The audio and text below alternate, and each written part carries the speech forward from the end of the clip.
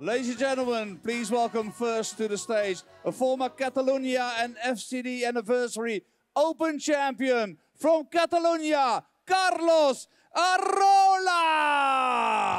And his opponent all the way from New Zealand, an 8-time WDF ranking champion. Please welcome Haupai Puha! Hello and welcome back to the WDF World Cup, the first night of finals here in Esbjerg in Denmark. My name is Andrew Sinclair and I'll be talking you through the action alongside very shortly the dulcet tones of our MC for the evening, Mr. Jacques Newlat from the Netherlands. But here we have our first men's singles quarter final between Carlos Arola of Catalonia and Haupai Puha from New Zealand. Haupai is one of New Zealand's top players and he was in very impressive form in reaching the quarterfinals of the singles tournament. Carlos he's been around a long time, plays a lot of darts in Catalonia and produced some really impressive results to reach these quarterfinals, averaged 98 in beating Switzerland's Stefan Belmont and then beat Raymond Smith in the last 16. I'm now joined by Mr. Jacques Newlat. Jacques, how are you? Hello, so far so good. Still alive. That's a result. All going smoothly. So it's been a fun evening so far. 3 goals for England, but no English players left in the men's singles. 8 nationalities represented in the 4 quarterfinals, which is really, that's what the whole World Cup is all about, isn't it? Yeah, you get to see it more and more these last years that we held World Cups and even in the Europe Cups. You see the other countries also coming through, and it's a good thing for darts worldwide. No, absolutely. And I mean, Haupai, the New Zealand players have travelled a long way to be here. I was speaking to them the other day and they said it was, I think it was 28, 30 hours to get here. So to be close to the medal stages, I know him and Ben are playing in the men's pairs later, but to be in the medal stages, it makes all that travel worthwhile.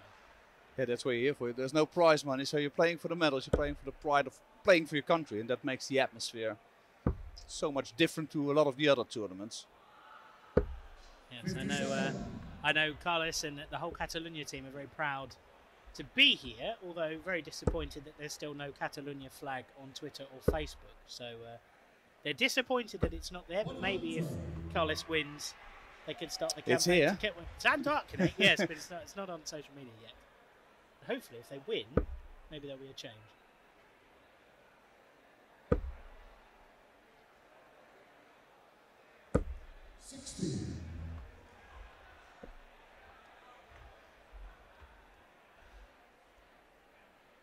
Yeah, I don't think many people would have picked Carlos before the tournament to get this far. If you've picked the last 8 in this tournament, you're going to be a very, very happy man lying somewhere under a palm tree. Hopefully a very wealthy man. Yes, you will be then. He's made a good start in this leg, Carlos, down to 96 after 12. See if Haupai can put any pressure on him here. Leaves himself on the big fish. Arola's first for 96. So treble 20 will leave double 18. He'll stay there. And go for double 8. Almost. It's a nice first leg for Arola, but Puha is in striking distance. See what he can do with this one. The biggest one of them all. It's just under the treble. So it'll be Arola coming back.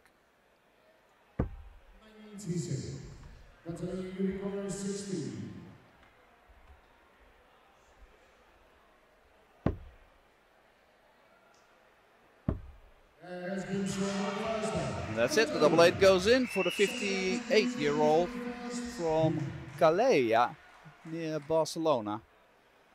Yes, I think he's won the Catalonia Open before. Yeah, and the FCD Anniversary Open, as they call it. I think that's basically in the same vicinity. He's won the Catalonia Open in 2015 and the Anniversary Open in 2019. And he's been in the Catalonian team for a long time. Yes, he's a veteran of the team. I'm sure they're all down there supporting him in the crowd, but I mean, Haupai is someone who's really come through in the last few years. He's been playing a lot more of the WDF circuit. He qualified for Lakeside last year. He's qualified for Lakeside this year. And he's actually already qualified for Lakeside next year because he won the New Zealand Open earlier this year. So he's someone who is really coming on all the time and obviously is looking towards achieving big things in the sport of darts. And he'll be hoping, New Zealand will be hoping, that starts with winning this World Cup singles. It's difficult for the players that come from down under. I mean, if you want to go professional, you gotta basically relocate to Europe somewhere. And I think he wants to do it, but well, that's not the only thing you have to do, of course. But this is a good circuit for the New Zealanders and the Australians especially. But it goes the same for the Americans. There's a lot of tournaments over there at the moment. And there's an actual chance, if you play well on those tournaments, to get to the World Championship or to the World Masters. The roads have opened in the last 4 or 5 years. No, absolutely. I think the WDF is rewarding those countries and regions a lot more. Lakeside this December, at the moment, there are 3 men from New Zealand and 3 women qualified. So to have 6 Kiwis in the field when in the past you maybe had 1 man from the regional rankings. I've seen years when someone won the 4 biggest tournaments down under, yet didn't make it to the World Championship because she couldn't earn enough points there. So yeah, no, I mean these guys are being rewarded and they're making the most of those opportunities. I know Haupai's still not won a game in a World Championship. He's played Ali Pali, he's played Lakeside, but you know he had some success in the World Series tournaments this year in the PDC and actually played in the World Series finals quite recently. Yeah, and it's all about experience as well. And for him, it takes a little bit longer, but I'm sure that a lot of people will have him on their list for Lakeside this year to go far. 41 for Puha to make it 1 apiece.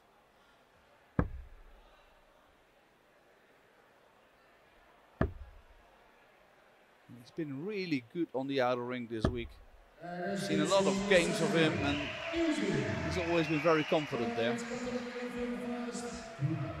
I think the thing that impresses me about Haupai, having spoken to him and you know interviewed him in the past, nothing seems to faze him. He's a very calm, reserved individual, and he just sort of he goes up there, plays his game. There's not a lot of emotion, which a lot of the Kiwis and the Australians they tend to let you know how they're feeling up there. Yeah, but I'm sure the emotions are there. He just keeps them inside.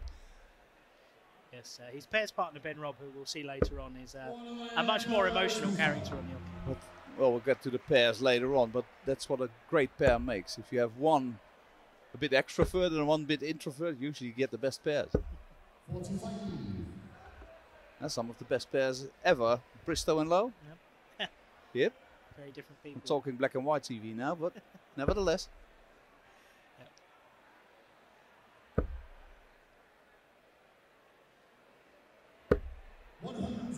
Positive start to this leg from Haupai with a 1.35 and a ton.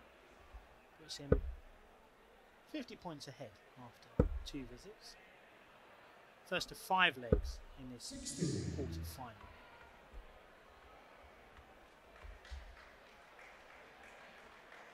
Yeah, the defending men's singles champion is out. He was from New Zealand, obviously. Darren Harawini.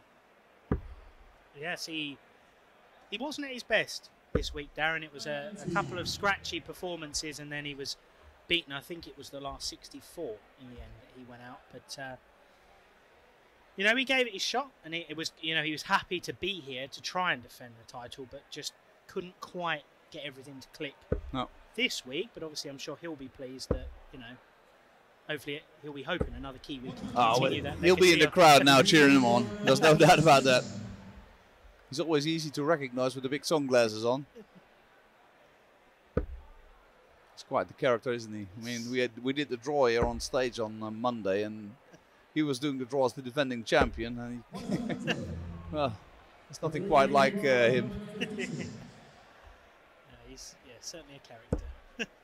1.56 for Arola. The first treble is in. The second nearly missed. Or near miss, I should say. And Puha with a chance to break Arola's throw. Treble 17. Give him double 8. Went that way. Should go 15s now. Single leaves the bull. It's a single 15, so Arola will come back for 75. Probably going to go 15 first. No, treble 17. Should leave double 12. In 2.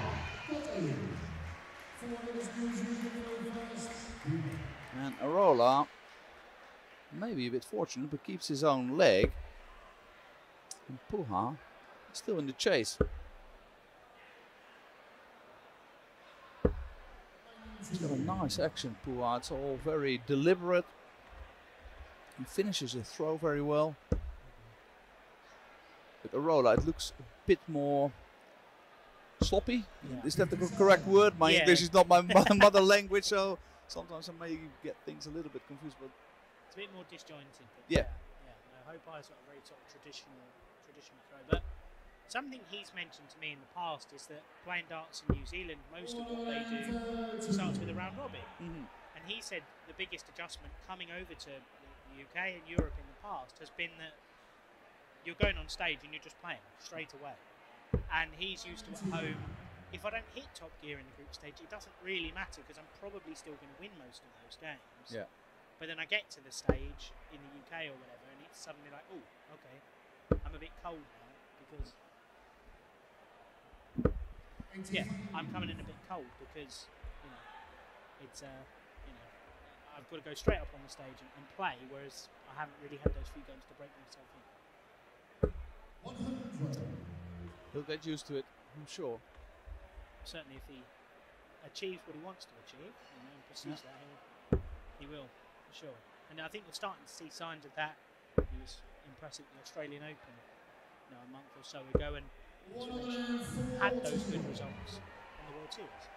Yeah, you can see now for the last few legs his scoring power is there as well. He was really good in the first World Series event, I think it was in New Zealand, where he beat Nathan Esbjerg, I think it was in the first round, with a ton average. I mean, with a ton average, you can nearly beat everyone. Yeah.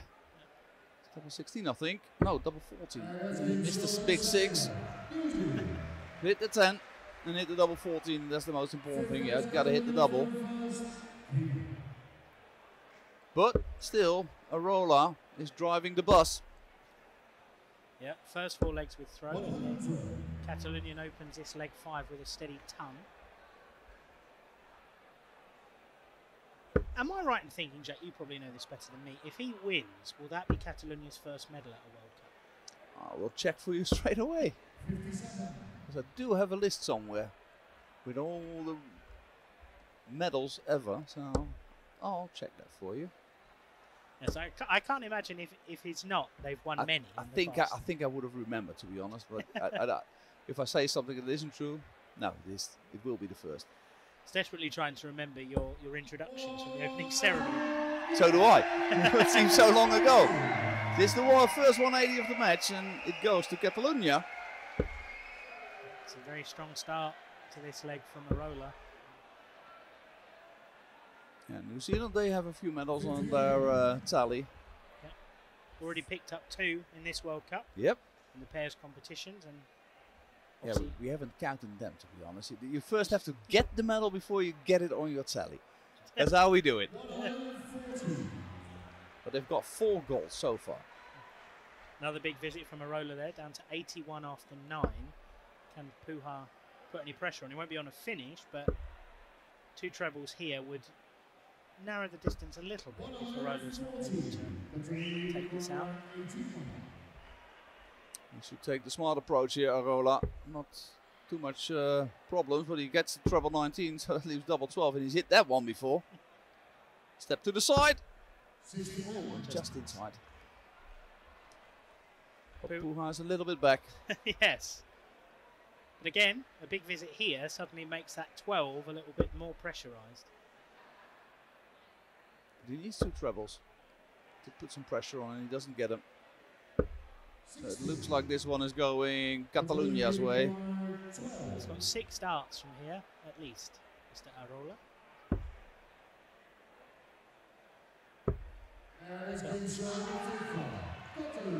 Takes the Richard Ashdown special.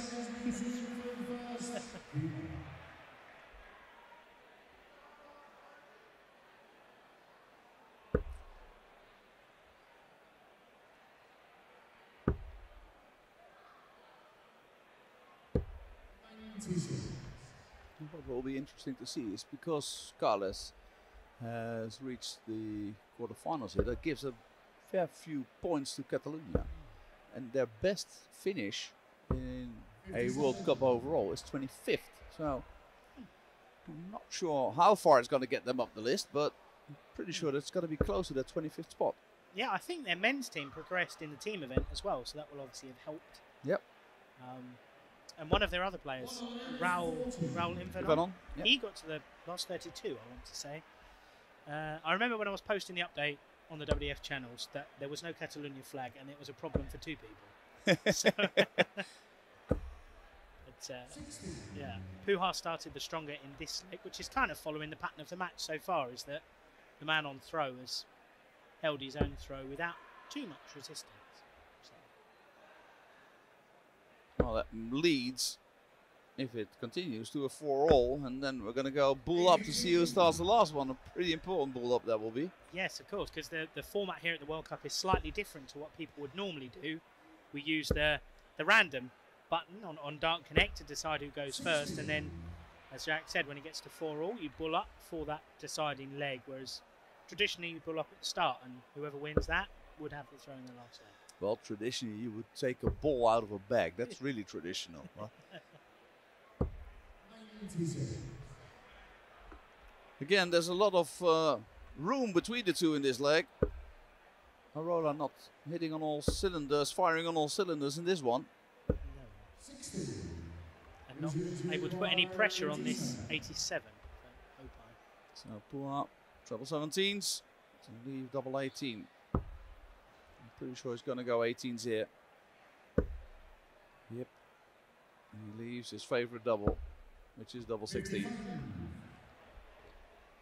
Good thinking by the Kiwi.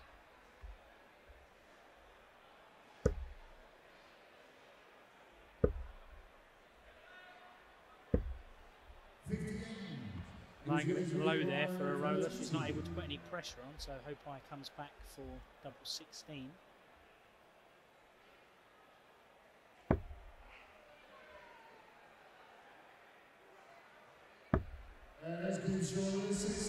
Pins it second time round.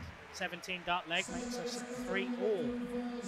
I think this might be our first game of the evening that's going all of the way. I'm your lucky charm. See? That's how it works.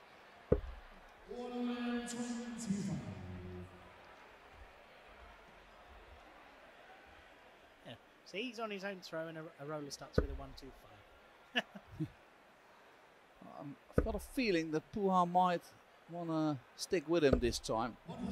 Usually in matches 1st to 5, well, halfway through, these are the important legs, and you have a feeling, or I have a feeling, that Puha is a bit more accustomed to these circumstances probably than Arola is. Yes, certainly more used to the pressure, I would think, than Carles has been through before, but he's not showing any signs of wilting under that pressure at the moment. And that goes into the single 7. 46. So 46 means Carles has got quite a good advantage in this leg now.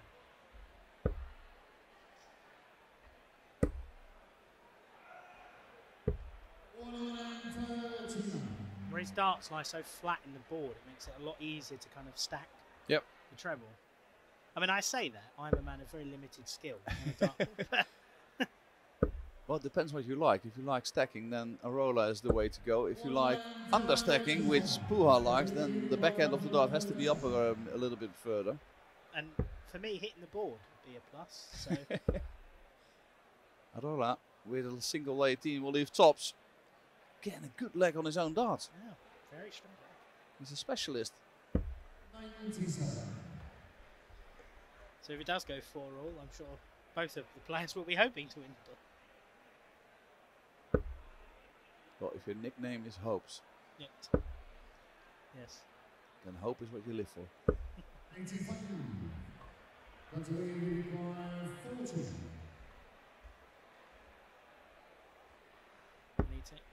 And he pins Tom's first start, 13 dart leg. Mr. Arola is now one away from the semi-finals and a first WDF World Cup medal for Catalonia, which would be a special moment for him. We've already seen a couple of countries win their first medals at this tournament. Yeah. But I'm sure he would be delighted to do that for Catalonia. I'm sure Mr. Puha won't be going down without a fight. No, exactly. But Arola is in the troubles, and he has been for 2 legs now. Oh, and that's the first real bit of emotion mixed in for him in this final, and I don't blame him. It's an important moment.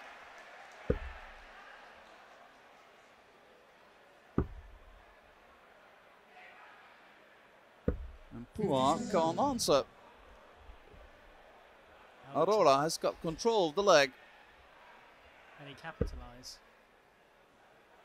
Did a little search on Arola what he's done this year, but to be quite honest, he hasn't done much this year in ranking events. Only the Catalonia Open, where he reached the last 16, got beaten by Dutchman Patrick Maat.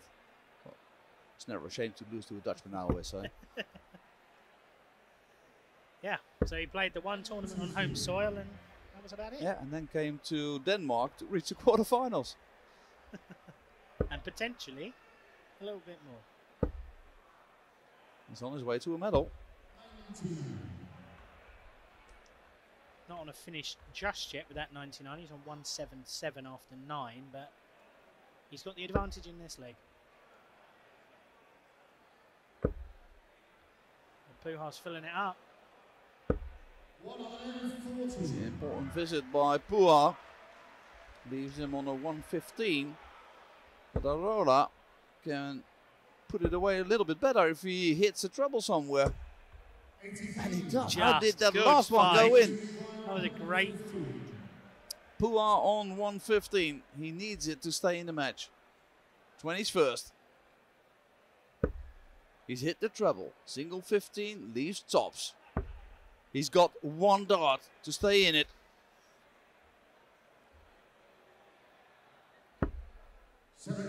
Just the wrong side of the wire, so Arola 92 for the match and for a bit of World Cup history. Is he going 25s or is he going treble 20? He's going 25s, but he's missed it. 77 left. He needs a treble now. Treble 19 will leave him double 10. He's got it. 1 dart for the match.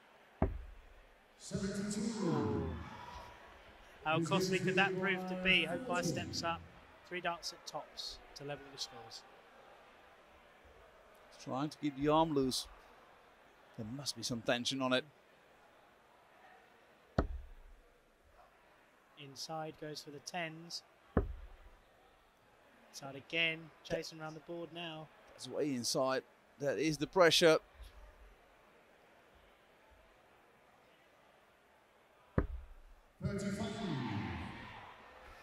And that means Arola is coming back for Catalonian history. He needs double 10.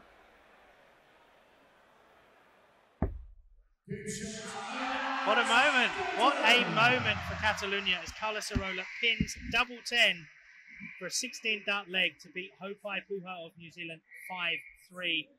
I thank Jacques for joining me for that game. But what a moment that is for Carlos Arola. Pointing to his fans in the crowd, pointing to the Catalonia team. He's won their first ever medal at a WDF World Cup.